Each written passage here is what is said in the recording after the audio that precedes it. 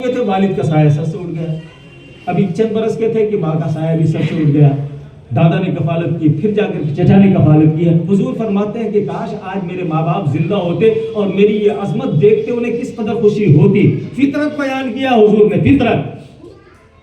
اور آگے فرماتے ہیں ایک جملہ، وہ ان کانوں سے نہیں دل کے کانے سے سننے کی ضرورت ہے. نبی فرماتے ہیں سنو میرے صحابیوں، میں عشاء کی نماز پڑھا رہا ہوتا اور نماز کی حالت میں سورہ فاتحہ کی تلاوت کر رہا ہوتا، اگر ایسے میں میری ماں آمنہ زندہ ہوتی اور چلمن اٹھا کر پردہ اٹھا کر آواز دیتی، کہتی یا محمد، تو قسم ہے پروردگار کی جس کے قبضے قدرت میں میری جان ہے، میں نیچے توڑ دیتا، دوڑ کر ماں کے قدموں میں حاضر. سبحان اللہ. ہم نے اور آپ نے سمجھ کیا رکھا ہے ماں باپ کو؟ یہ مصطفیٰ فرما رہے ہیں ماں کی عظمتیں سمجھے، باپ کی عظمتیں سمجھے. بعض لوگ کہہ دیا کرتے ہیں کہ ماں کی عظمتیں علماء بہت بیان کرتے ہیں. ایک روایت باپ کے تعلق سے بھی سماعت کر لیجیے. ایک صحابی ہے، نوجوان صحابی، بور تو نہیں ہو رہا ہے نا، تھوڑا سا وقت آپ دیں گے، ایک فتویٰ دور کے پاس سنا دیجیے. سیدنا و شفیعنا نبینا و مولانا محمد بارک وسلم صلاۃ دائمۃ بدوام الملک الحی القیوم. یہ ہمارے معاشرے کا سلگتا ہوا مسئلہ ہے اور ان مسئلوں کو، ان باتوں کو ہم ٹچ نہیں کرتے.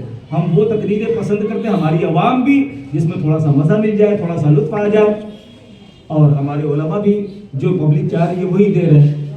میرے دوستو، ہمیں اور آپ کو، چاہے ہم ہو یا آپ ہو، کسی اپنے آپ کو یا دوسروں کو خوش کرنے کی ضرورت نہیں ہے. دونوں کی نیت یہ ہونی چاہیے کہ ہمارا رب، ہمارے نبی خوش ہو جائے. سبحان اللہ. کام ایسا.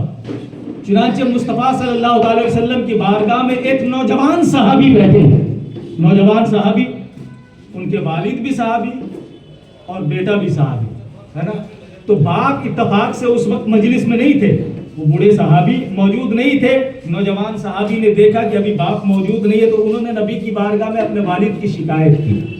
توجہ سے سنیے گا، اپنے والد کی شکایت کی. صحابہ کرام کا مجمع ہے اور اس صحابی کے والد موجود نہیں، تو انہوں نے دیکھا کہ والد موجود نہیں ہے، تو ایسے میں حضور سے جو دل کی بات ہے کہہ دی جائے والد کے تعلق سے. انہوں نے عرض کیا یا رسول اللہ، میں جو کچھ بھی کما کر لاتا ہوں نا، میرے والد گرامی مجھ سے پوچھے بغیر جیسے چاہتے ہیں خرچ کر دیتے ہیں.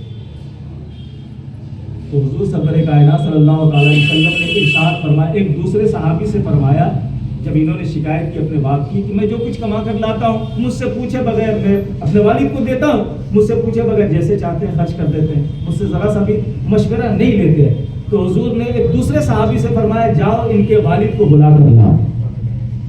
اب ایک بزرگ صحابی گئے اور اس صحابی کے دروازے پر دستک دی.